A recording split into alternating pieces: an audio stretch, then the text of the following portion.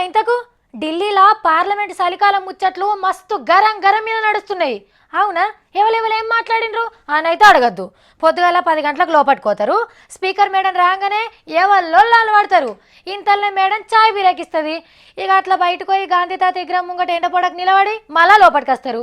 పెద్ద మనుషులు అన్నట్టే కానీ రాజ్యసభలో ఇంతకంటే ఎక్కువైనా జరుగుతుంది. సమావేశాలు ఎంత చక్కగా జరుగుతున్నాయంటే ఆఖరికి రాష్ట్రపతి సార్కే నచ్చనంత. గీ ముచ్చట కూడా పార్లమెంటుకు సంబంధించింది. చూడుంటు మరి అదేందో. If they allow me to speak in parliament, you will see what an earthquake is going to come. అర్థమైందా?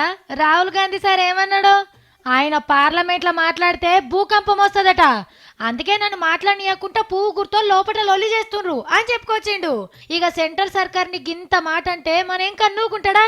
भगवान भला करे, पार्लियामेंट से सब लोग बाहर आने के बाद हो जाए तो अच्छा होगा, उनका इच्छा ऐसा होगा. పార్లమెంట్ లోకి వెళ్ళి మేము బయటకు వచ్చినాక భూకంపం రావాలి అని భగవంతుని కోరుతుండు.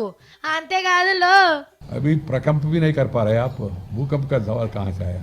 నువ్వు మాట్లాడితే వణికినట్టే అనిపించేది, ఇంకా భూకంపం వస్తుందిలే అని జోకేసిండు. ఎంకన్నా పార్లమెంట్లో మీ లొల్లేమో కానీ బ్యాంకుల ముంగట పరిస్థితి ఇట్లనే ఉంటేనైతే నిజంగానే భూకంపం వచ్చేటట్టుంది.